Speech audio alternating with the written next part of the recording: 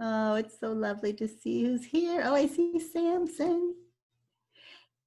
Hey, while we're waiting for people, we just have like a minute. Could you just put where you are in the world in the chat just so we can see where everybody's coming from? Hi, Melina. I just saw you. Oh, Scottish Highlands, Colorado, Italy. Wow. South Carolina, Hilton Head. Hi, Nancy. New York State, Bellingham, Washington, Idaho, the UK, Cyprus, Bethlehem, Pennsylvania, Florida, Hawaii, Kansas City, Utah, Canada, San Francisco, our old stomping ground. Oh my God. I love to see this. Massachusetts, Washington, Florida, Orlando, New York, Danielle, Perth.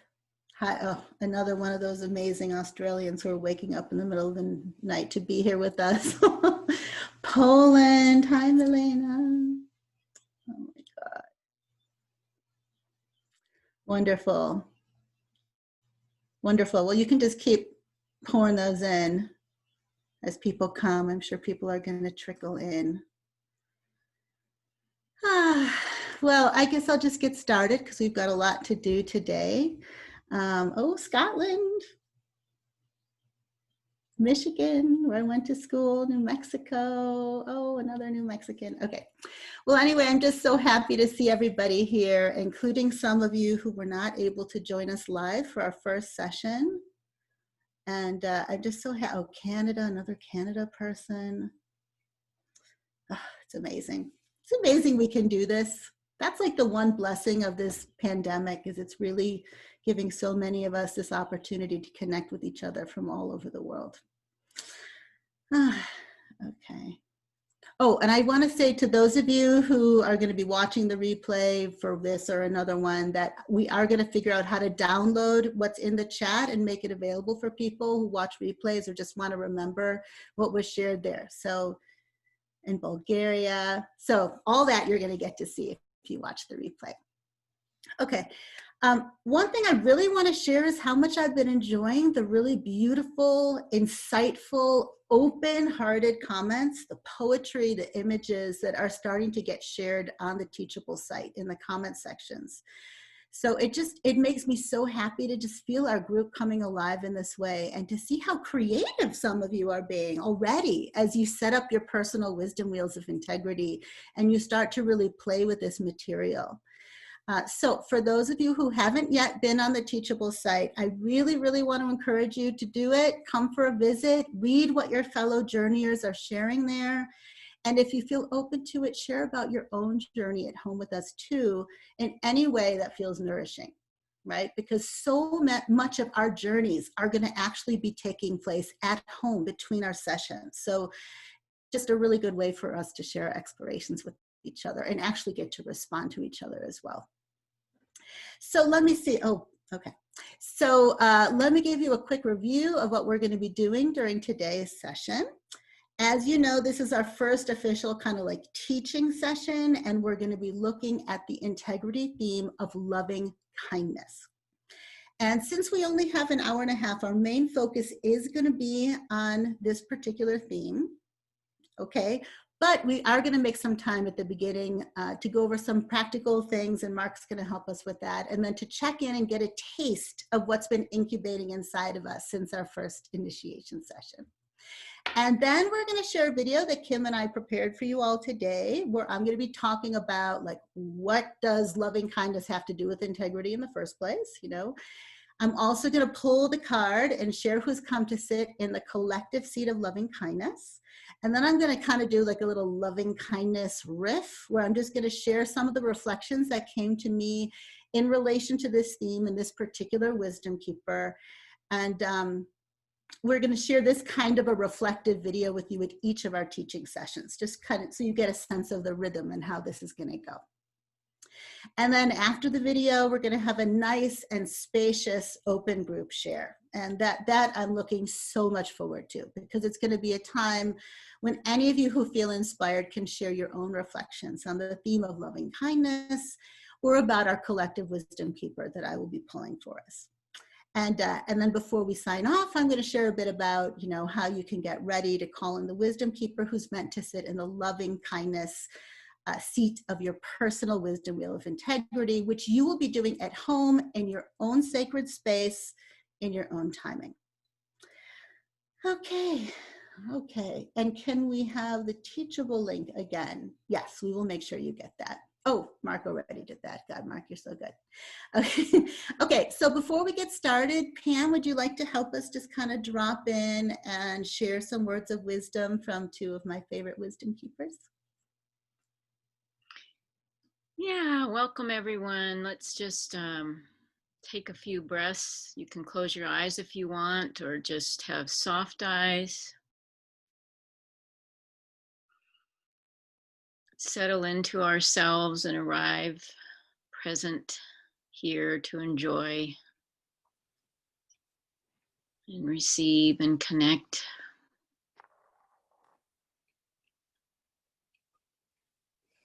And I'm just going to invite us to bring a little inner smile, and you might want to actually even do that physically. And we'll begin to bring that smile into ourselves. And this is a very ancient practice that some of you probably know from a few different streams of our wisdom paths, and especially honoring Thich Nhat Hanh, who's been such a precious, amazing presence in our world and who may be transitioning. So I thought I'd bring in the perfect kind of reflection and appreciation of him. So let that smile just settle in your face and in your heart, and feel the energy of that kindness of smiling at whatever is present, on the feeling level, on the mental level, physically. Just giving a little smile of acceptance and kindness to what is.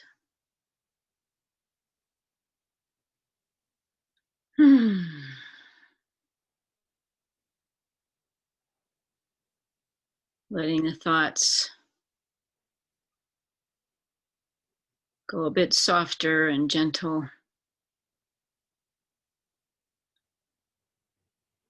Whatever feelings that might be present, honoring, but also and setting them gently aside to just be present in an open, receiving, safe way for today and our time together. And then taking a couple of breaths in that smile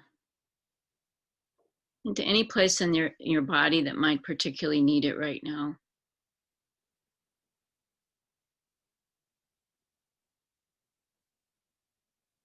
And then bringing the smile center into our hearts and opening to everyone that's here now, everyone that will be listening in the future, seeing this with us, into the community that's growing all over this planet at this time, with the wisdom keepers helping and supporting many of us, and especially opening to the connecting and magic that will continue to unfold in these weeks that we're sharing together.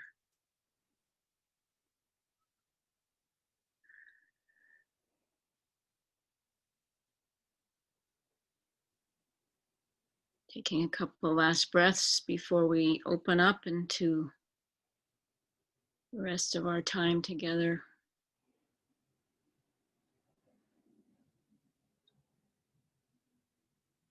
And Mark, when you're ready, if you could share the first slide for us of one of our very special wisdom keepers and a dear friend of Rosie and Kim's, Sharon Kakunda, who's a teacher and an associate director of the most amazing organization, Universal Love Alliance of Uganda. Rosie's been on the board for a few years. It's part of why she's now in New Mexico. And I'd love to mention Samson, who's the executive director of this organization and also a really dear friend of Rosie and Kim's. And they've just done the most extraordinary things in Uganda for human rights and so many issues that are really quite challenged there. So we're delighted to have you with us, Samson. And we just wanted to share this quote. And I'll just remind everybody, excuse me, and for anybody that wasn't here last week, you can, if you want the pictures of us that are on the side not to be there, you can click on that little line in the upper left corner of those. And I'm going to ask this time if we might have a volunteer to actually read this. So maybe the easiest way to do that is, I can't see you all now. Oh, Mark, you can't see them either, can you? Okay, technically that won't work. Let's see. I'm going to leave it to... How about in the chat, Pam, if someone wants to volunteer? Okay, that'll work. And I'll track the chat there. Whoever the first one is that shows up that would like to volunteer. Okay, Andrea, great. So just unmute yourself. Oh, I'm sorry. Yeah. Oh. Andrea was the first name I saw. I see that Patricia is above that. So we'll ask you, Patricia, to read the second one, if that's okay. And Andrea, if you'll just go ahead and read for us, that would be wonderful. Yes, this is the Sharon Kakunda quote.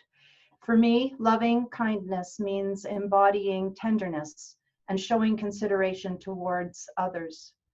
My life experience has taught me how to be kind, tolerant, and to treat my fellow human beings with love, respect, and care, no matter the situation, no matter how others are perceiving or treating me, or whether or not I will be rewarded. The ups and downs in my life have taught me to trust that even the most difficult and painful experiences have the potential to play out and unfold positively over time. Nothing gives me greater joy or matters more to me than the love of diversity.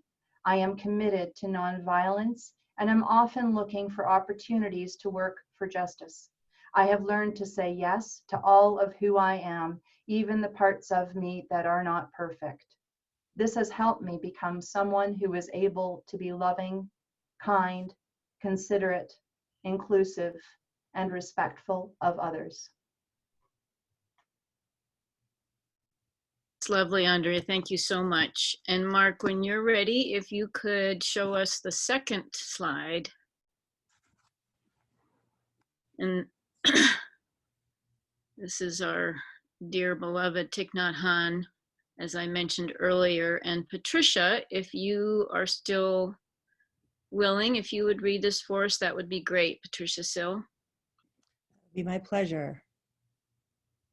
We have to walk in a way that we only print peace and serenity on the earth. Walk as if you are kissing the earth with your feet. Thank you so much, Patricia. And Mark, I think you're going to share a few things with us next.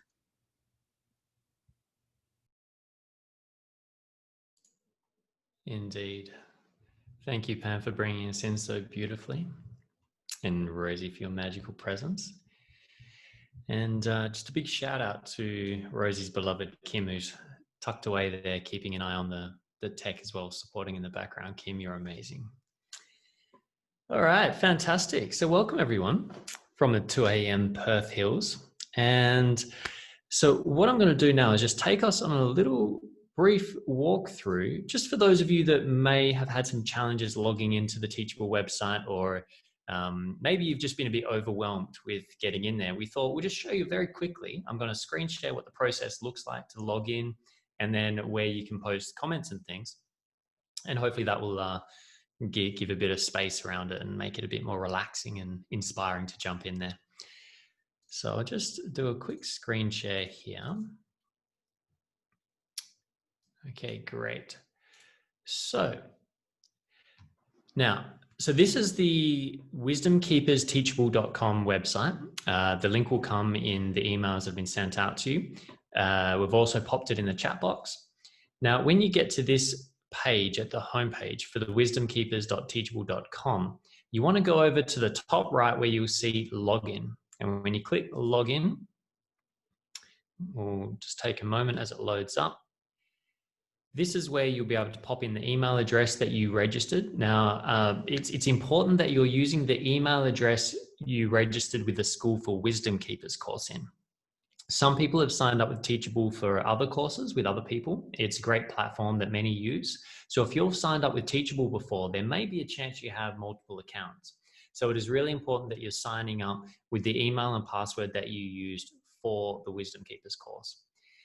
Now, if you have any problems remembering your password, which I know is pretty easy these days because the passwords can get pretty tricky, down here underneath login, you'll see where it says forget password.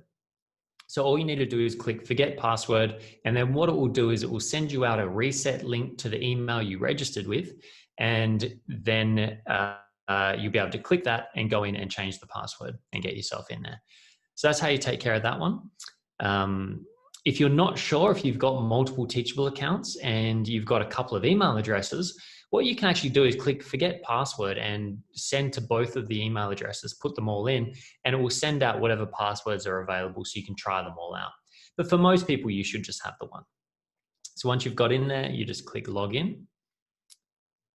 And then that will whip us into this beautiful virtual space where you'll see whatever courses you may have signed up to will be showing. So these are different offerings that Rosie's had over her time creating online, which they're amazing, worth checking out after this one's done. But for this round, you'll be looking for the Wisdom Wheel of Integrity, a 2-month program live with Rosie. This is the one here you want to click. Once you click that, this is what you'll see, the course curriculum. Here it lets you know the progress bar. So as you see, the first session was the welcome session. Session 1 replay is posted there at the top. And so to check out the replays, you just come to this screen and click on that. And we'll pause there. So then this is what it looks like here with the replay. You can see all of our beautiful faces.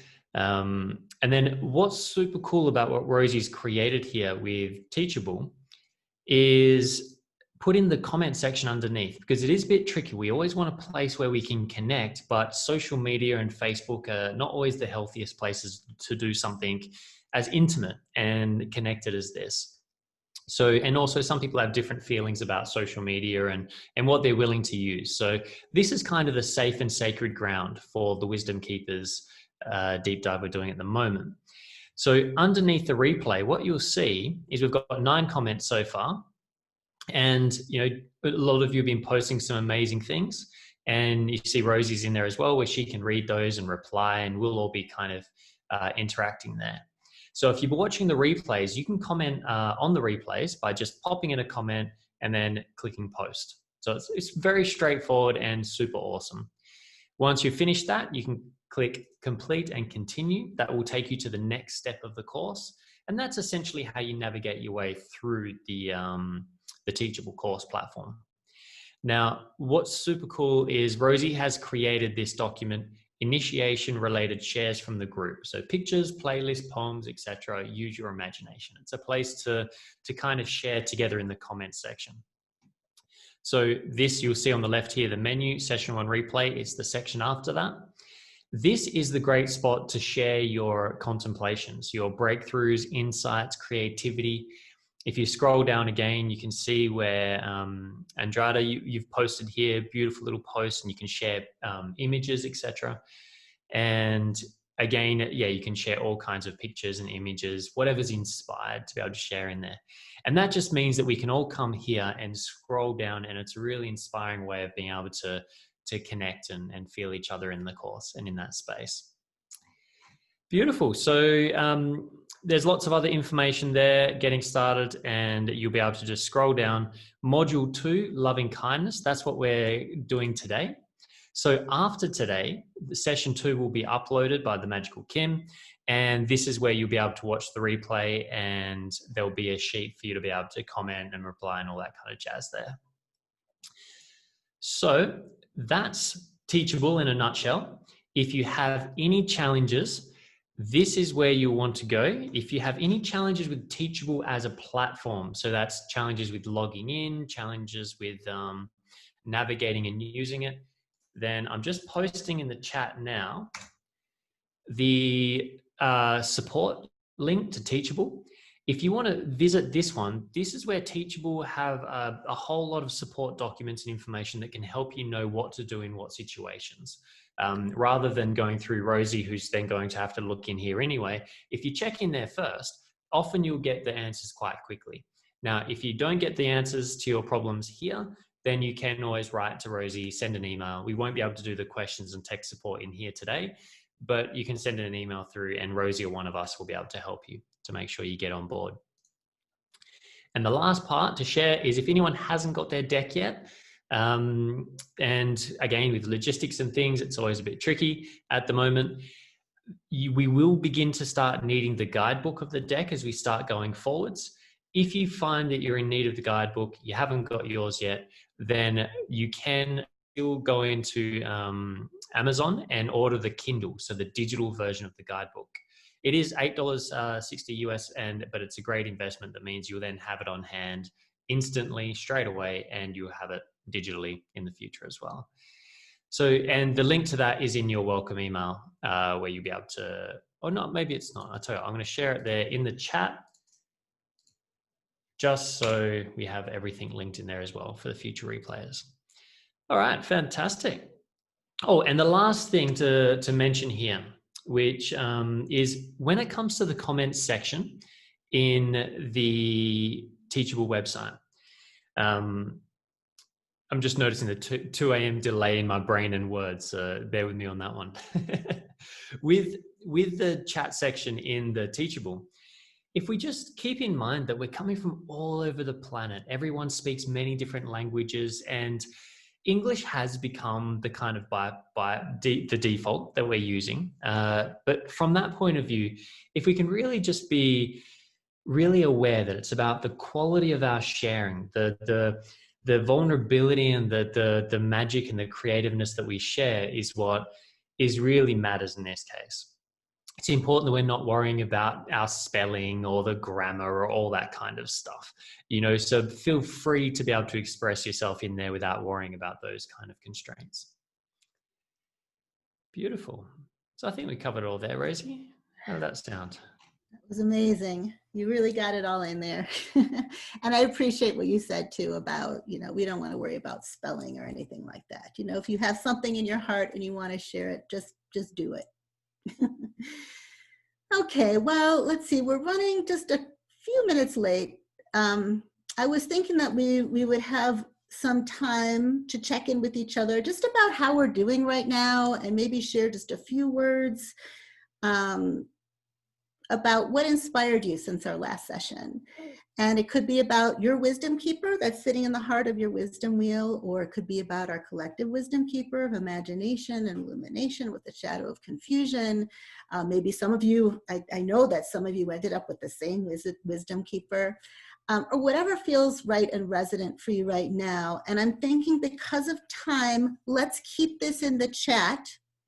And then we're going to move to the teaching video, and then we're going to have a bigger open share. So if there are some burning sharings that are still left over from this piece, you can share it in that next live, you know, space where we get to use our voices. So let's just hear how people are doing. What's brewing inside of us, and I will read some of it out loud, and we'll make sure that what's in the chat gets shared on the Teachable site as well. It was really wonderful reading in the guidebook for both of them. I could see how they're fitting for these times. Oh, nice. Thank you, Sandra. Sandra Lee. Oh, in the chat. Oh, okay, that's Kim talking to me. Okay. Loving my 49 revolutionary. Oh, wonderful, Pam. I picked the 46, which is all about delight and embracing the body, which is something my daughter teaches me about all the time. She's like, Rosie, it's like, Mom, can't you be more body positive? Okay, Maria Teresa. My 57 intuition was very inspiring these days. New insights for me and also inspiring people around me. Yunyi, molecules vibrating, whichever the number is, laughing. Okay, Sumerit. My wisdom keeper is intimacy. And I've experienced a deeper intimacy with my body all week long, and especially these past 3 days. Wonderful. Donald, finding there's a continuing depth to my wisdom keeper's expression. Nice. Miranda, transmutation, 47, is right on point for me, almost scary. Yeah, well, fear is a big part of that one. I know that one very intimately. Beautiful, Miranda. Kathy, I love my imagination card. It's freeing my creative spirit. Thank you. Andrada, I'm amazed of how the wisdom keeper I've picked fits so well with my current situation. It's wow, it's just perfect, fabulous. Georgina, I really feel that my wisdom keeper is speaking to me specifically, oh good, and showing me what I need to know most now. Also interesting dreams. Share those in the teachable. Momo, restraint is about channeling the deep potency held within the mountain. The mountain rage here is on fire. Really praying for rain of restraint. Oh, beautiful wordsmithing there. Shelley, for me, I needed to clean a space to create a place for the wisdom keepers. I'm still cleaning. That's great though, because that's a big part of the process. Tiffany, I chose expansion, but also found my chat partner's choice of enrichment was an important reflection to expansion along with imagination. I love that, Tiffany. I love that you're inviting in your partners and other participants' experiences too to feed and enrich your own. Beautiful, beautiful. Gene Keys, is that, okay, I love how our collective wisdom keeper supports my, oh, this must be Sally, the 21, authority and imagination.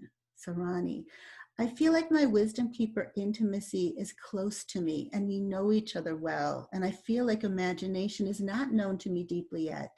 So I need some intimacy time with imagination. I love it. I love how you're weaving it together. Akusi, no words to express the deep joy for you, Rosie, and your beautiful team and the Wisdom Keepers. I buddied up with Tamara and we used our imagination to share intimately this Wisdom Keeper card. I feel so safe and nourished by her. Thank you, and discernment has shown up for me this week and helped me to move this compromise, from compromise to discernment. Beautiful. Grisel, resonating with my wisdom keeper of understanding, a deeper understanding of the meaning and body feeling of this word is arising, and loving the imagination wisdom keeper, which I'm becoming more aware of in my life these days. Oh, thank you so much, all of you. Oh, Lynn, oh, there's more. I'm thinking, well, I'll do a couple more and then we'll make sure that the rest are available to anyone who wants to see them.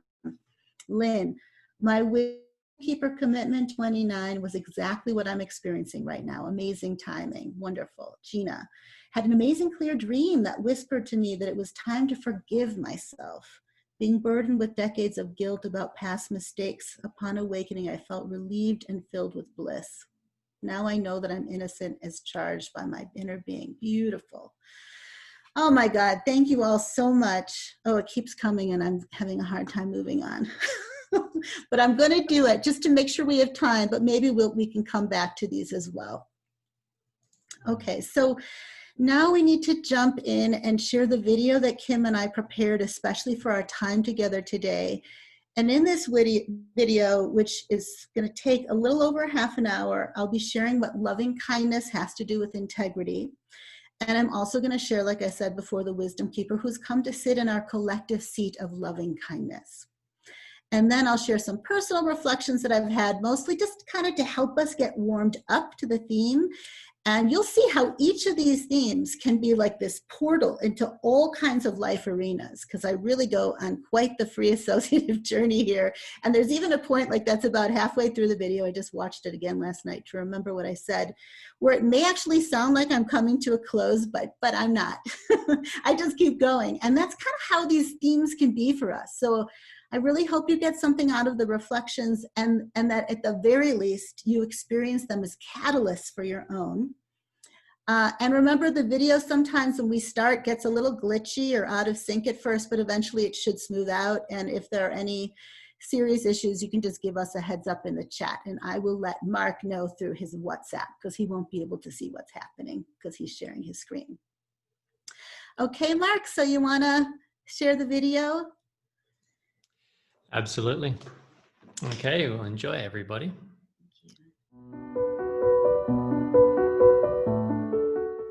Often when we think about being in our integrity, we think about speaking our truth and living in accordance with our highest principles. We think integrity requires that we know what's right and that we do what's right. There can, of course, be a lot of truth in this, especially when our truth is based on principles of fairness, equality, and compassion. But sometimes in our attempts to be honest, to speak our truth, and to do the right thing, we forget to be kind. We forget that most people come to be who they are honestly. We forget that much of the time behind the behavior and attitudes that we can find so difficult to understand and deal with in other people is actually a good amount of suffering, ignorance, and fear. So for those of us who've spent a good chunk of our lives trying to understand the human species and the world around us, it can be particularly difficult to admit that we don't have a corner on truth. And no matter how much our own perceptions, principles, and values make sense to us, they also reflect the sum total of our life experience, the blessings that stem from our privilege, and the limitations that come from our conditioning. Just like the people who act in ways that drive us absolutely crazy are so hard for us to understand, we also carry our unique brand of wounding. We live at the mercy of our own fears, whether they're conscious or unconscious. And no matter how much we've learned or think we know, no matter how subtle, seemingly small, or unintentional or unkind transgressions might be, we can be just as guilty of acting out of our own ignorance. So if you're drawn to this course, I wouldn't be surprised if sometimes you forget to be kind to yourself. Many people who have the deep desire to make a positive difference in the world live with the burden of standards that are so high. We live with this constant nagging feeling that we're not doing enough, that we're not doing it right, that we're failing to live up to our ideals. Our attempts to be and act from a place of integrity can lead to self-criticism. Remember how in the beginning of this course I spoke of the dictionary definitions of integrity. One part of the definition had to do with living in accordance with a moral code. The other part had to do with achieving a state of wholeness, of integrating, embracing all of our parts, even those parts that aren't anywhere near perfect. So, what does this mean? It means that when it comes to loving kindness, when it comes to becoming whole in relation to this aspect of integrity, we need to practice kindness towards ourselves too. It also means that we need to stay awake to the inner critic, because very few of us can be kind to everybody all of the time. Even fewer of us can be kind to ourselves all of the time, especially these days when many of us are living in a completely emotionally overwhelming world, when every time we turn on the television or check out our smartphones or walk out the door, it's like walking right up to a fear buffet. And this is why when I think of loving kindness, I think of a resilient heart. Not a heart that's always open, but a heart that has thoroughly practiced the art of opening back up after understandable and frequent moments of constriction. So it's in the spirit of a resilient heart that I now call upon the wisdom keeper who's going to sit in the collective seat of loving kindness. Let's see who comes to us. The wisdom keeper I pulled on behalf of the collective, the wisdom keeper who's going to be sitting in the seat of loving kindness over the coming days and weeks, is the wisdom keeper of equality and tenderness. This is a profound card. And the more I feel into it, the more I feel it speaks straight to the heart of cultivating a resilient heart in the face of tremendous inner and outer resistance. So let me start by sharing the story of this wisdom keeper with you and then their gift to you. And after that, I'll share some reflections that came up for me in relation to this particular wisdom keeper and some ways for you to explore your own response to the collective integrity themes that are inherent in this story. And as I read from the inner guidebook, feel free to listen with eyes opened or closed. It's totally up to you.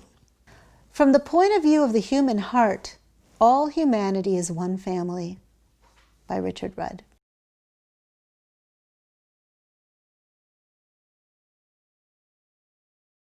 Though I was born into a girl's body, I always felt like a boy deep down.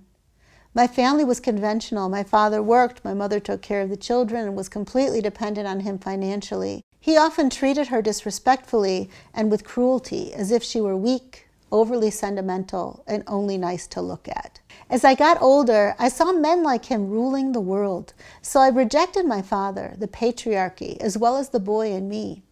In absolute solidarity with my mother, I would be a girl, no matter how painful or wrong it felt within. Without realizing it, I spent the following years using every masculine muscle I had to idealize and fight for all things feminine. I envisioned and worked for a world where women were the leaders. I became an activist and speaker, empowering women worldwide with my ideals. I also became financially independent and bartered with the big boys for rights and privileges on behalf of women everywhere. Privately, though, I was an emotional wreck. I alienated my romantic partners constantly with unfair and cruel accusations and an insatiable need for emotional processing. The truth was that deep down, I was fighting for one thing: acceptance. But I couldn't even give that to myself. I was too weak to share, much less own, how I felt inside or how I wanted to live my life. I had zero trust that my romantic partners would still love me as a man, nor trust that the world would ever accept a freak like me. I was convinced that if my feminist community discovered how I really felt inside, they'd no longer see me as a leader, but as an outsider, maybe even an enemy. When the pain of hiding from myself was too great, I decided to drive to a transgender support group in a town where I'd never be recognized. I sat in the back of the room and just listened. My own story was told over and over again by different people. Because of their courage, I found myself, my pain, longing, loneliness, and overwhelming fear. At the end of the meeting, someone came up to me, and to my shock, it was someone I knew. I expected an attack, but instead, I was given the most tender embrace. In that moment, I knew I'd find my way back to me, and that I wouldn't have to do it alone. See if you can feel the tenderness in this Wisdom Keeper's words. See if you can allow this tenderness to soften your shoulders, your breath, your body as you listen. I am your friend. I have deep respect for you. I don't want you to change who you are at your core.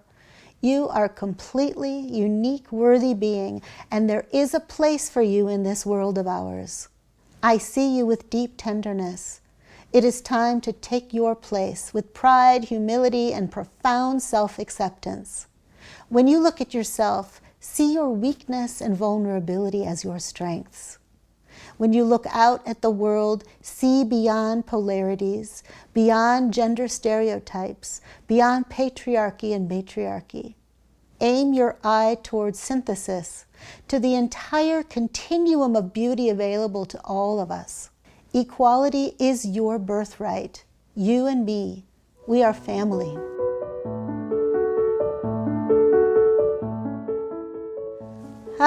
You and me, we are family. Just take that in. We are family. No matter how differently we look, no matter how differently we think, feel, identify, or express that identity, no matter how differently we believe, or act, or seem, we are family. We are each essential parts of a grand whole, and each of our inner parts make us the whole of who we are. So this Wisdom Keeper of equality and tenderness has come to teach all of us something about being whole and undivided, both as a human family that has come together in unity, where all members are accepted and embraced as worthy beings, and as individual human beings, where all of our parts are welcome, where all aspects of ourself, even those parts we find it hardest to love, are here to be listened to and ultimately embraced. I'm reminded of Rumi's Guest House. You've probably heard that poem before, but I want to share just a little passage from it so that we can all breathe it in the context of this particular Wisdom Keeper who's come to teach us something important about loving kindness and what it requires of us. The Guest House. This being human is a guest house. Every morning a new arrival. a joy, a depression, a meanness, some momentary awareness comes as an unexpected visitor. Welcome and entertain them all. Be grateful for whatever comes, because each has been sent as a guide from beyond. At first, when I drew this card for this course, I felt a little nervous. This Wisdom Keeper story touches on a deeply charged subject in our world today, right? One that's been at the heart of so much pain and fear, one that has instigated so much violence and been used to drive wedges between people and families at work and religious communities and political communities and government and societies all over the world. Even people who would normally consider themselves to be open-minded and progressive have gotten lost in the manifestations of divisiveness that are depicted in this complex and layered story. In a way, it feels perfect that it is a transgendered wisdom keeper who's come to help us explore the many ways in which we can be swept up in a tidal wave of collective division. It is so easy to lose touch with our potential for becoming whole people inside of a diverse yet whole humanity. And in so many of our childhood homes and early relationships, centuries of gender oppression, competition, conditioning, and wounding have played themselves out. Multi-generational seeds of division are planted between grandparents, between parents, and between siblings before we even learn to speak. Right? So in our communities, unacknowledged and unhealed ancestral and cultural wounding spread endless forms of conflict. And I'm not only talking about ultra-conservative or fundamentalist communities here where one might expect strong and harsh biases against women or certain marginalized groups of people. I'm talking about the kind of division that can show up in communities where you wouldn't even expect it, in progressive, spiritual communities, where members pride themselves in being open-minded, compassionate, willing to stand up for the rights of marginalized people, or important yet neglected causes. So instead of looking for common ground and joining forces, too many members of oppressed groups or advocates for important causes end up getting lost in identity politics or clinging tightly to their particular approaches to social spiritual change. And instead of forming alliances and strengthening our human family and our shared planet, we end up turning against each other in a competition for empathy, for attention, validation, and justice. We end up in a really big, messy fight for peace. The way that many transgendered people have been and still are treated around the world shows us just how extreme and destructive a viscerally, culturally, and politically inflamed prejudice against a group of human beings can be. This Wisdom Keeper story also shows how an outer experience of discrimination or oppression can lead to a very painful internalized sense of self-loathing. The transgendered movement has become one of the most politically charged subjects in recent years. There are so many perspectives on it, from one extreme to the other. So you've got people who blame the phenomenon on too much fluoride in the water, on some secret Illuminati plot to control the population or manipulate public opinion. Some people believe that the transgender issue and political correctness policing are being used intentionally by conservative religious and political groups in order to infiltrate, create divisions within, and ultimately weaken progressive movements. Some believe this is another example of a manufactured culture war, here to provide people with a mass distraction so that we're so caught up in identity politics that we won't notice what the government and what governmental policies are actually doing to the environment, what proxy wars are being fought in our name, and how many innocent people are actually being killed on behalf of the self-interest of the 0.001%. Then there are those who remind us that transgendered people have not always been around, but they've actually been revered in many indigenous cultures all over the world. Before they were pushed into the closet, they were seen and honored as spiritual teachers and medicinal healers. Many evolutionary thinkers believe that transgenderism, gender fluidity, androgyny, and the growing rainbow of human expression that seems to be emerging around the globe are actually signs of our shared evolution. They believe that we're all moving towards greater freedom, authenticity, wholeness, and fluidity, where the human spirit can come to its fullest expression and where individuals can allow their true authentic natures to emerge without having to carry generations and generations of heavy constricting conditioning on their backs. So people like this wisdom keeper are simply pointing us in this colorful, permission-giving direction where we're all headed.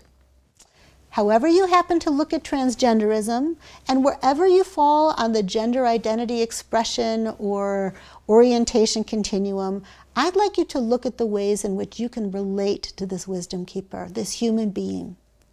Your story might be extremely different on the surface, but I bet underneath you'll be able to find some parallels, because this is a human story, an archetypal hero's journey kind of story, where someone is learning how to embrace themselves lovingly so that they can be themselves fully in the world and make their unique contribution. In order for them to do that, they need to be received with loving kindness, with tenderness, by someone somewhere. Only kindness, only being seen and received as part of a loving human family has the power to help them begin to open their heart up to themselves and begin their true life, where they're no longer hiding in a closet or rejecting some essential part of themselves. That's most of us right there. That's most of us. This wisdom keeper is offering you a chance to look at those parts of yourself that have been forced into and or have found a home in the closet. Those parts that for whatever reason have been forbidden, charged, controversial, or just plain unsafe to acknowledge, embrace, or express. Now, your story is your story. Only you know what your conditioning has been throughout your life, as a young child, as a teenager, as a young adult, as a mature adult. Only you know what has been forced to live its days in the closet. It might be your sexuality. It might be your anger. It might be your irreverent humor. It might be, one of your most shame-inducing insecurities. It might be a traumatic experience that you've never talked about. It might be your spiritual views. It might be your political leanings. It might be the fact that you're totally into super weird paranormal phenomena like me.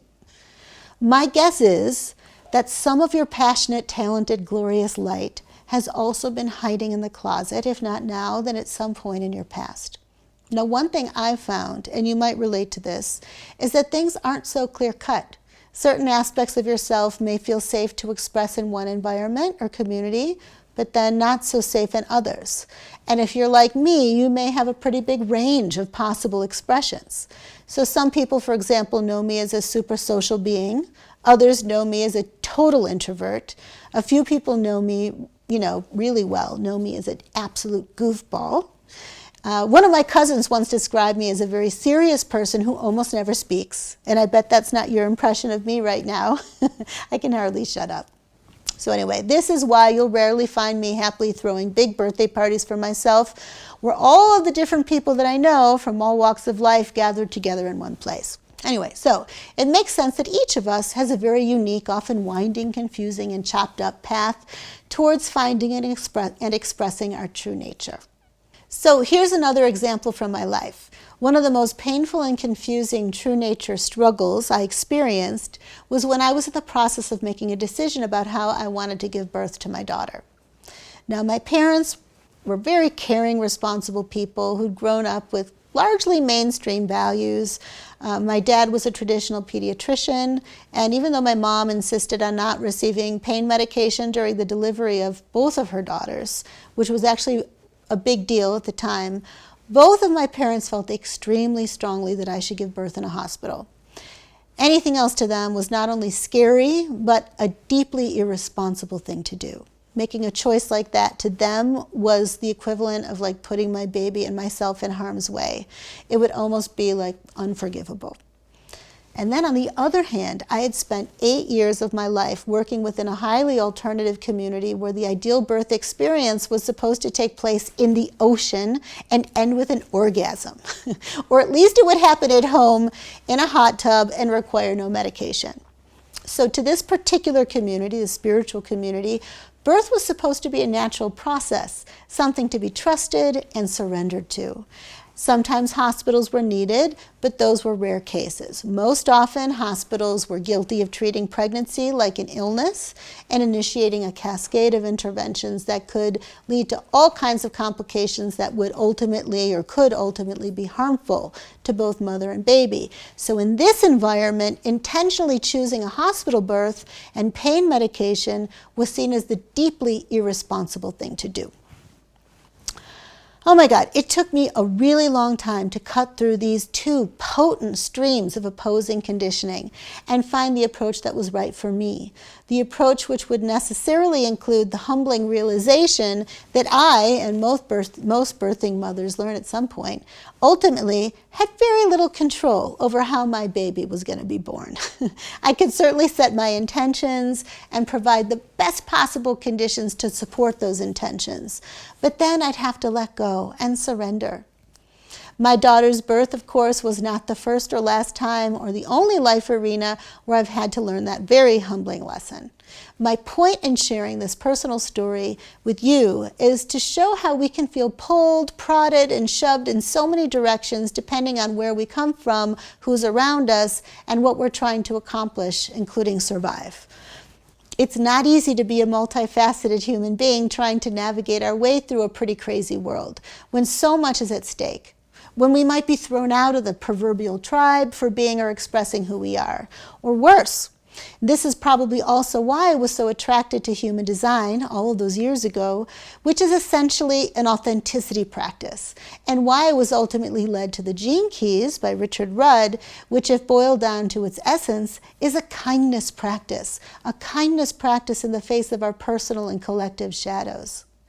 This is also why I ended up creating the Wisdom Keepers with their uniquely human stories and their loving, accepting gazes. Now, one of the most important gifts the Wisdom Keepers were meant to bring us doesn't involve words at all. It's simply their ability to receive us lovingly into their hearts, to give us a feeling that we're okay, just as we are, no matter what. And then, of course, there's the 65th card, which is a mirror card, offering each of us a chance to quite literally look upon ourselves with loving kindness.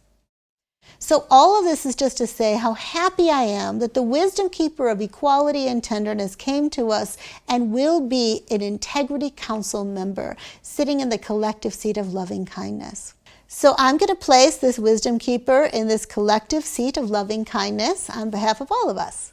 And you're welcome to do the same now if you'd like, or if you'd prefer, you could keep this Wisdom Keeper inside of your deck in case you serendipitously choose it when it's your turn to choose a Wisdom Keeper for your personal Wheel of Integrity. And that's totally fine too. It's up to you. So whether you've placed this card on your personal wheel or not, let's take a look at it together. When we look at this Wisdom Keeper, let's be reminded of how much all of us as a collective need each other to mirror back to us our innate lovability, our deep down innocence, our goodness. We need to practice tenderness. Let's remember that if humanity is going to develop integrity together, oh my God, we're just going to have to be a little more kind. If we're to uncover what true equality looks and feels like, we're going to need to be tender with each other. Don't get me wrong here. We don't have to agree with everybody. We don't have to relate to everybody or be passive doormats. We don't have to work with everyone, live with everyone, or become friends with everybody. But we don't have to be so mean. Okay, so let me give you an example here. Over these past years, as our world has become increasingly crazy, and our mainstream news has become more of an entertainment channel than a place for investigative journalism to flourish, I found myself looking to today's comedians for commentary on world events. And a lot of the time, the laughter and relief that I feel watching them as the comedians call out hypocrisy and acknowledge important truths with wit, sensitivity, and insightful satire is like a healing balm to my soul. One thing I love about my favorite comedians is that they're not afraid of admitting to their own imperfections. It's their raw authenticity and their willingness to lay bare their utter humanity that gives them credibility in my eyes.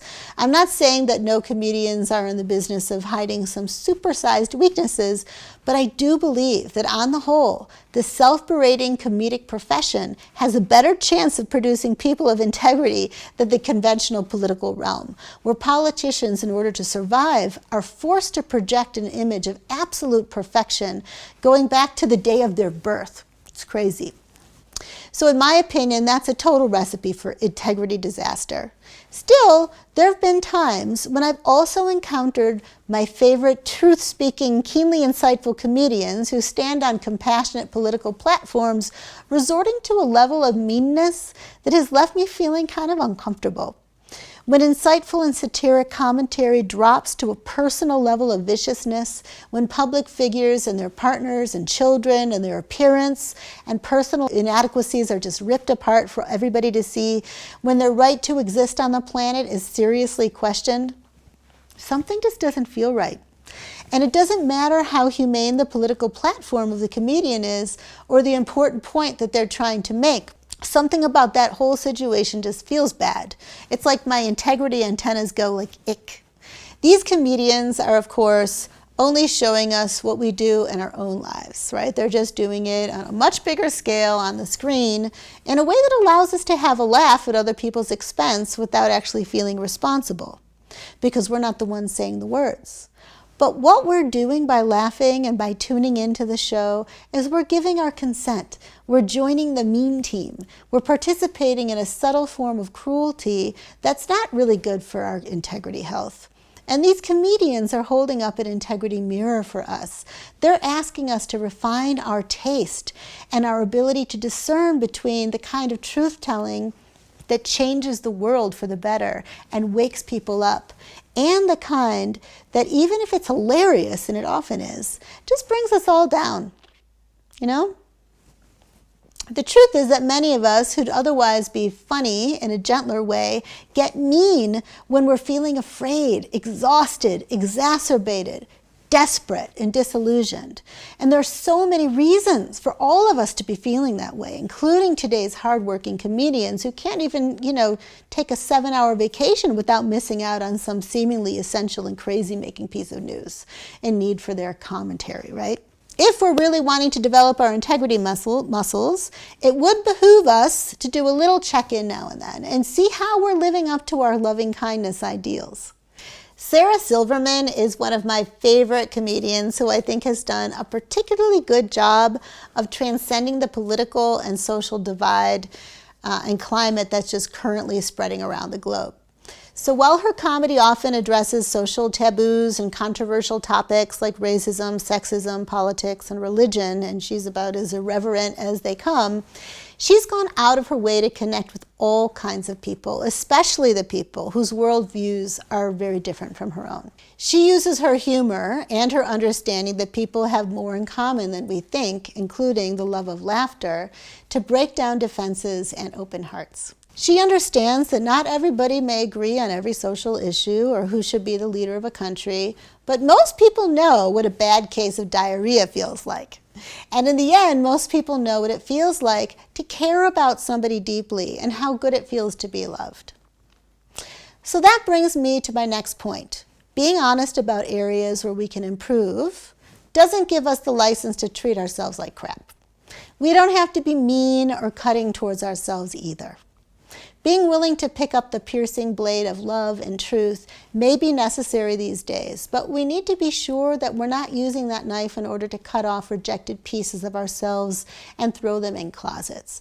I think the pressure to be politically or spiritually correct all of the time, which is different than what I was just talking about, which has more to do with an energetic, creates horrible internal conditions for people wanting to do, think, and say the right thing.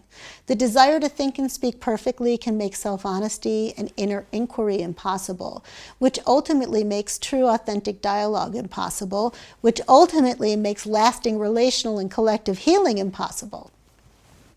When we're beating ourselves up for not thinking and speaking perfectly, our capacity to listen energetically to other people with an open mind and an open heart also becomes harder and harder.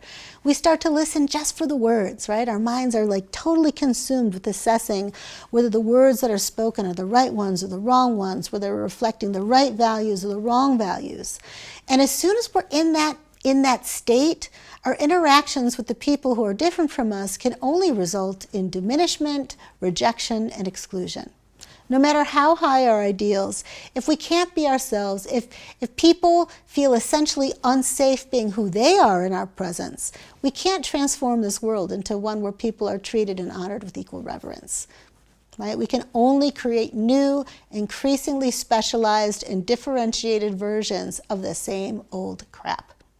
No one's integrity can discover itself and flourish in an environment riddled with division. True integrity understands at the core of cores, there is no separation within us or between us. Now, before I bring my reflections to an end, I want to acknowledge something that I've noticed in all of the people who I know well, who've spent their lives working within the fields of reconciliation, mediation, diversity awareness, and healing historic wounds. They're all very different people, but one quality they all share is an ability to hold a safe space for extremely honest conversations, where everybody is invited to put their worst thoughts, their worst fears and biases on the table, where ignorance is not judged as a horrible, unforgivable thing that needs to be just kind of nipped in the bud or put on trial or shoved in the closet or canceled. It's seen as a universal experience that all of us share. Our shared ignorance is our first common ground. When a group of people can begin a dialogue with that humbling realization, it can begin to practice real listening. So there you go. You got some of my personal thoughts on the wisdom keeper of equality and tenderness. Now let's invite you to explore some of your own.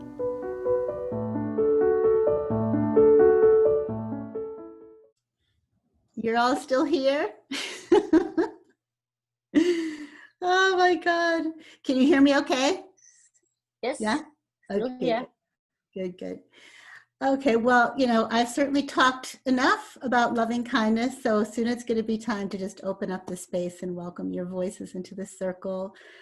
Because there are so many of us, we only have so much time. We'd like to approach this process kind of like we were sitting around a circle and passing a talking stick or some kind of a sacred object.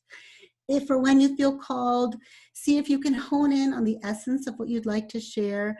And when you're not sharing, just bring your full attention to the person who's speaking and acknowledge in your heart the courage that it takes to bring one's voice into a circle like this, especially now, because we're just still in the beginning of our journey and getting to know each other.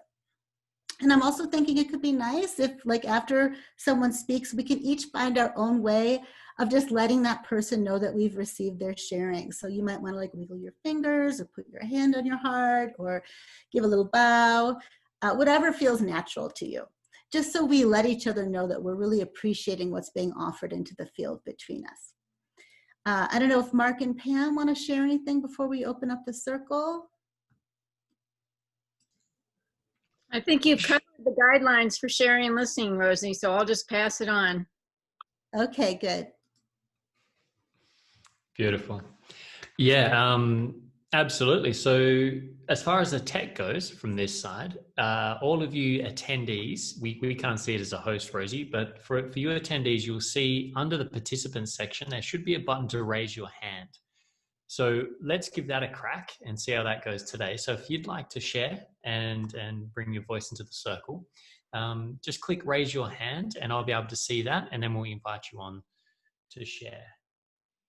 How's that sound? And yeah, I think that about covers it. So George, my beautiful George Freeman, I will bring you on and ask you to unmute, and you can share, my man. And anyone else can put your hand up and I'll be able to see the queue. Let me put my video on. I'm at work, so I've been listening to the whole thing, but this is a very tender card for me. I'm gonna lose it, but I just knew that I needed to share. About a year and a half ago, my namesake, my son George Freeman III, decided to become transgender, and so I have 3 daughters, and changed her name to Savannah. But I had just done a gene key reading with her, and as I was going through the some of the Venus keys, it just became evident that that's what she needed to do, that that's what she wanted to express as with authenticity and her own inner integrity. And so that key, gene key, definitely touched a very tender spot in my heart, and tears were running down my face as you were talking, Rosie. And of course, the longer you talked, the less tears fell. But I knew that when I got when you opened it up for sharing, I was going to be one of the ones that came out, and I'm grateful for that experience, because it just opened me up to embrace my divine feminine. And I can say for the last 6 months, I feel like I've actually come into my own sacred union. So thank you.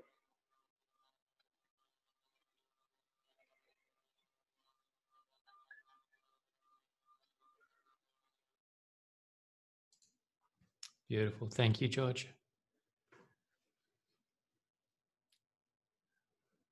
Okay, so I haven't seen any other hands pop up yet. Here we go. Donald, I'll just ask you to unmute and you can share, my friend. All right. Well, I really appreciate the sharing by Rosie and the opportunity to be able to listen more deeply to everyone, no matter what their background is or their opinion. And it's funny because I like to think of myself as an open-minded, open-hearted person, but I also know how easy it is for me to hear something from somebody else and be aghast, like, really? How can that be? And so I just, I appreciate this opportunity to be with you all and to just try to hold my opinions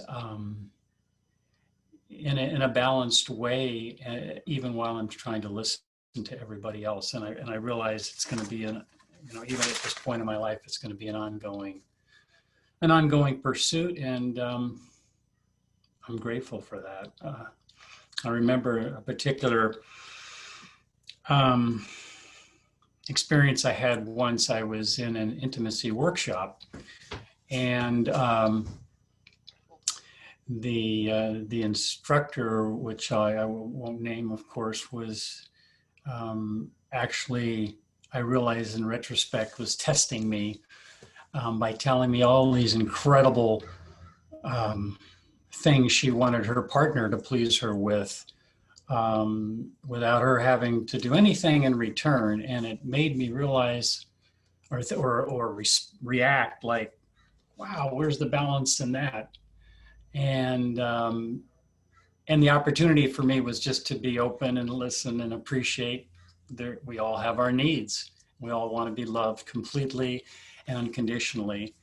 But at the time, I didn't see it that way. I wasn't able to see it that way. So it was, so anyway, coming back to it, the opportunity to try to listen more fully and openly is, and with loving kindness, in spite of what I'm hearing, it's an ongoing test, and I appreciate it. So I'm glad I'm in this session with you all. Thank you.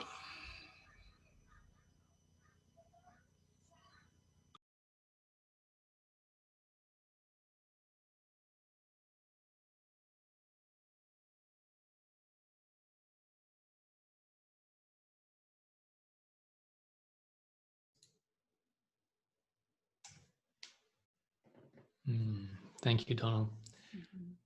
So I'm noticing we're not getting more hands popping up. So I'm not sure if that's because people haven't found the button. Oh, there we go. There's a couple. But I just wanted to check in. Tamara, I think I saw you unmuting. Did you want to speak first before I go to the next ones? Uh, can you hear me? Okay, thank you, Mark. Like George, this is an incredibly emotional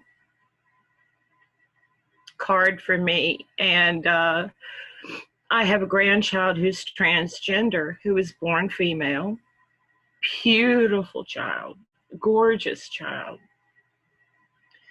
And when she reached puberty, but it's really before puberty, I noticed, I mean, it was always there.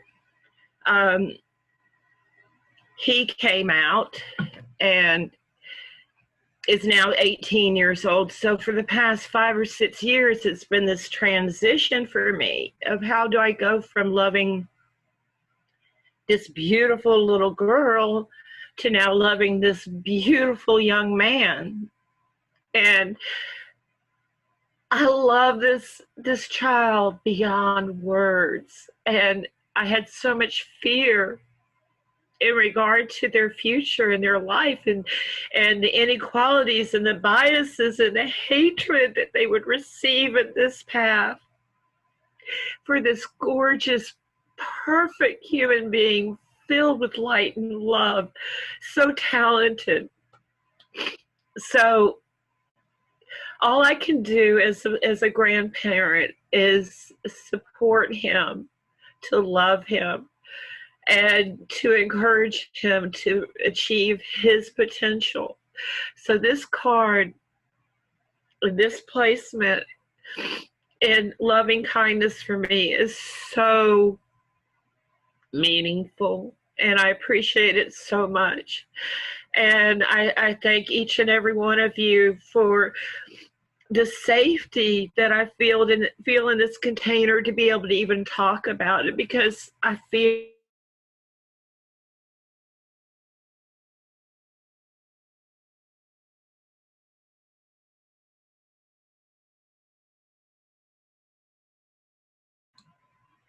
thank you.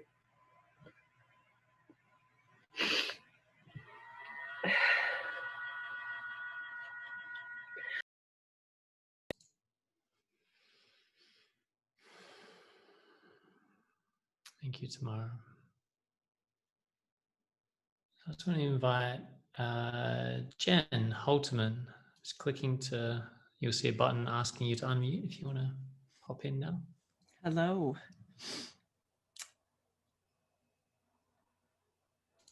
Hi, you're on. Thanks. When I was in high school, one of my classmates committed suicide.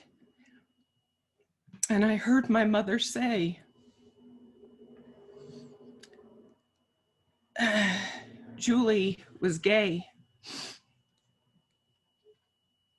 and she's better off dead than gay. And what she didn't know was Julie was my first girlfriend.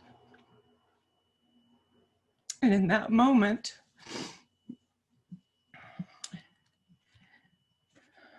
I stopped being me.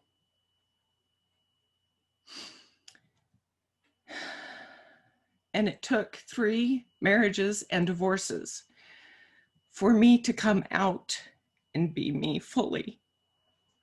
Now, my mother and I have done a lot of healing.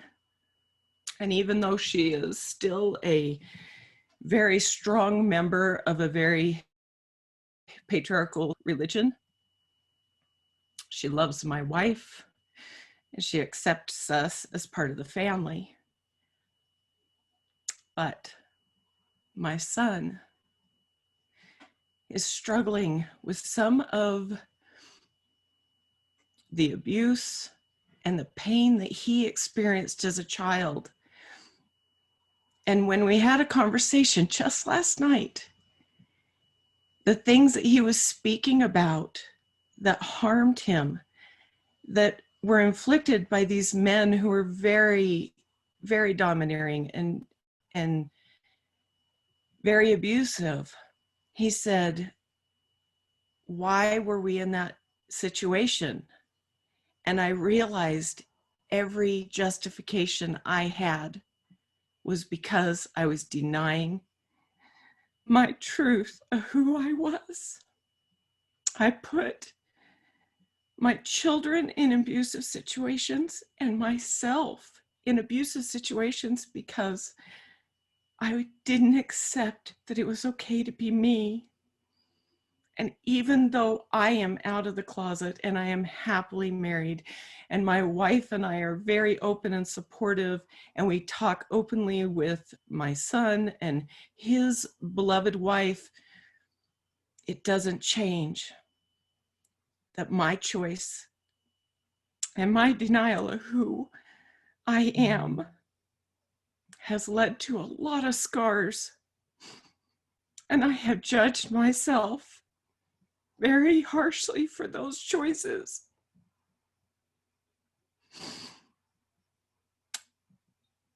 And this is an opportunity for me to offer myself loving kindness.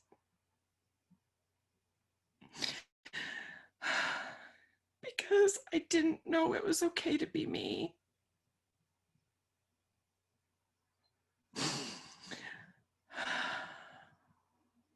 Thank you. This means so much to me. Thank you.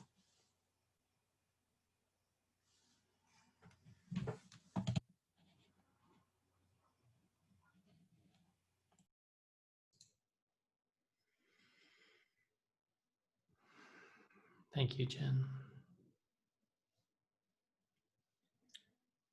So now, if we've got a couple more that we have hands up on, and then I'll bring you in as well as Samson after those two, if that's all right. And we'll just follow that flow. I feel there's so much juice and magic that's at play here. And I just really want to take a moment to thank everyone for your authenticity in your presence and the space that I can feel being held here. So Robert, would you like to come on next? And then Samson, I'll bring you on after that. And I think we might need to start coming into the close. So we'll just... Well, I'm here. So first thing I'd like to say is an offering to the group. I can't remember where the quote comes from, but I think it's wonderful that we've had the card of equality that's come up. And you have a lot of different factions, a lot of different places, a lot of different religions, you know, that say our way is the only way. You have the Jews who consider themselves the God's chosen people. You have the Jehovah's Witnesses who think they're the only people that are going to end up in heaven if such a place exists. But I think the greatest quote that I can give to everybody in this room is, God's chosen people can only be the entire human race. Because if God represents universal love, it's there for all of us. So I can relate to some of the stories that have been related here. And I think one of the things I also want to contribute is that we often beat ourselves up for simply being human. And that, you know, we worry about the choices that we make, how they affect other people. And I think sometimes in the obsession with trying to fix or trying to get on top of your issues, we lose sight of the fact that in our past, we've done the best we could, the best we knew how, with the knowledge we have available to us at the time. And I think we are in some very trying times where it's very easy to lose sight of those things. But just that we remember that we're all on this ship of life together. We all have fears, we all have worries, we all have concerns. We want to be heard, we want to be seen, we want to be loved. And we have so many things that divides us from that. But if we can start to see each other's humanity we can get towards the fact of realizing that God's chosen people can only be the entire human race. I share that with you all, and thank you.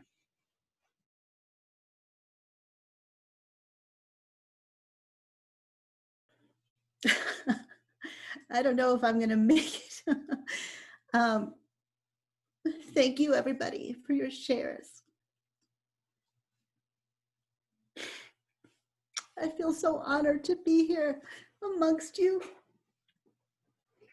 And I really hope that those who haven't had a chance to share yet will go into the site and share as openly and fully as you want, so that we can all hear you and witness you and love you. Oh my God. Well, I feel like I need to be able to say what's coming next. So I'm going to try, because we only have 7 more minutes. Like Mark said, tomorrow you're going to be receiving an email from the school on Teachable, just letting you know that you have access to all of the information from the loving kindness module, which we'll be continuing to explore next time we meet. And when you're logged in, you're going to see there are several exercises which you're totally welcome to explore. But what I really, really want everyone to do before we meet on Sunday, which is really just a few days away, is to pull the wisdom keeper who's meant to sit in the seat of loving kindness in your own wheel.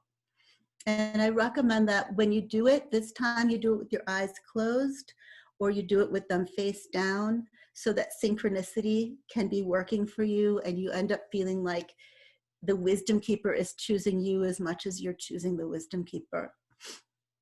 And again, I also really want to encourage you to take your time when you do it. Like, make sure that you feel open and not rushed and relaxed, and that you've created the inner space and the outer space that lets you just drop in and open up. And you might want to play music. You know, you can pick music that really kind of brings in that spirit of loving kindness into the room. You might want to light a candle, put some creative energy, like some of the people here have already been doing, into creating an altar. And as always, we really just want you to honor your own way of doing this and just trust in yourself. And so you'll find also on Teachable, you'll find guidance to help you get to know your personal wisdom keeper and to go deeper into the collective wisdom keeper we've talked about today. Use any of the prompts that feel helpful. There are going to be additional exercises.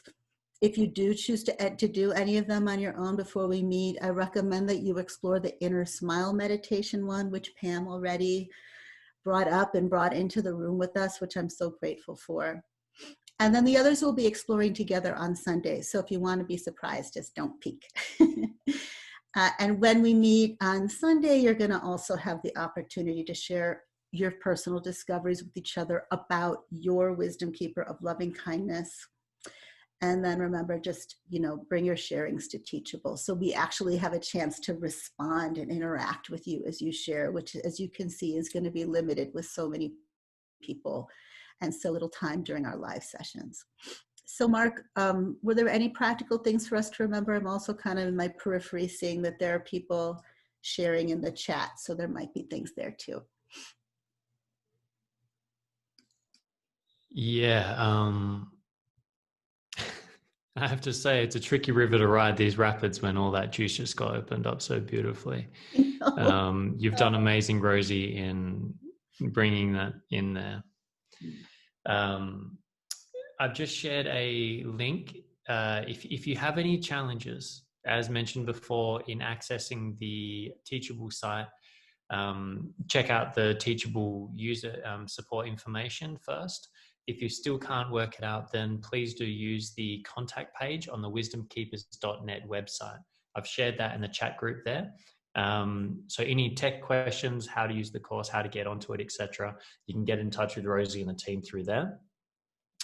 If it's about the process itself, then, you know, it's good to hold those questions and just sit with and contemplate. And when we come back together in the next session, it's going to be a lot more interactive. So as we mentioned, these modules, we will have this one, which is more the teaching, the opening, and then we'll sit with it, and the next session will be the actual more interaction and process, and there'll be a lot of juice and opportunities to connect and share in that one. So if we can hold those questions to that one, unless of course you need to, and everyone can use their discernment there. I think, Rosie, that's, again, if you're not getting the emails, please make sure you are. If you're not getting the emails, then use that contact form to let us know, and we'll help you sort that one out. But otherwise, Rosie, I think you've covered it well, and I think we've set this ship on sail, and it's going well. And we're all in the same boat, as has been shared. I did want to share one last thing today, if that's okay, which is to acknowledge that some of you who are connected to the Gene Keys, some of you don't know what that is yet, that's totally fine. Some of you are either signed up for or considering participating in a 6-month-long virtual retreat that's called the Venus Sequence. And this retreat will be starting in early November and going through April, I believe. Under the welcome session on Teachable, I've created a page where I share a bit about this retreat with the intention of supporting those of you who've signed up for it, or for supporting those of you who are just curious about it or thinking about it, but you're not sure you can do both journeys. And of course, this is like a totally personal decision. Only you know what is in the flow of your integrity, your energy body, what your life can accommodate. But if you'd like to learn more about that retreat or learn how your Wisdom Keeper Council can support you in this extra journey, this Venus journey, just check that page out on Teachable. I think it's called like the Gene Keys Venus Sequence Retreat or something like that. And again, it's in the welcome section. So, Mark, I'm still like kind of feeling everything in my body right now, but did you mention this thing about maybe making an email list of participants? No, good on, Rosie. Okay. Yeah. So that's it. Did you want to speak to it, Rosie, or do you want me to? No, you can. Yeah. Okay, great. So we know, in the conversation, where, as you brought up, Rosie, that people often like to be able to connect to each other because during this course, as you've already experienced, we're opening up a very intimate space through really embodying what integrity represents. So it's a bit of a tricky thing in how we get contacts and who can, who's okay with it, who's not. So the way we're going to do it is create a Google form that I believe Rosie will email out to them. And that way, that Google form would be very simple. It'll be voluntary, where you can pop your name and your email address. And we'll just get everyone to do that between when it lands and the end of the week. We'll let you know in the email. And then what we'll do is we'll take those who would like their email shared, and we'll put a form document together that we can share with everyone. If you're not comfortable with that, that's absolutely A-okay. We get it. And it just means that everyone has that discernment. Wonderful. Wonderful. So maybe if we all get on our gallery view, we can look at all of the beautiful faces and just with our bodies and our hearts and our faces and our hands, whatever, just send loving kindness to each other as we bring our time to a close. And if you want, you can unmute yourself and just say anything, just some loving message. Love, love, love. It's an honor to be with you. Love. Loving kindness. This was the most powerful session I ever been in. Love you all. Thank you so much. Thank you for all the sharing. Thank you, everybody. Thank you. Awesome. Gratitude abounds. Thank you. Thank you. Thank you. Thank you all. I love you all so much. Lots of tears.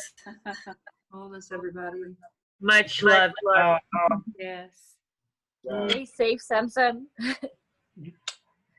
Yes, thank you for this safe space. Thank you. Thank you. Sí, merci, gracias. Grazie. Ciao. So, Okay. 1, 2, 3. Mwah. Bye.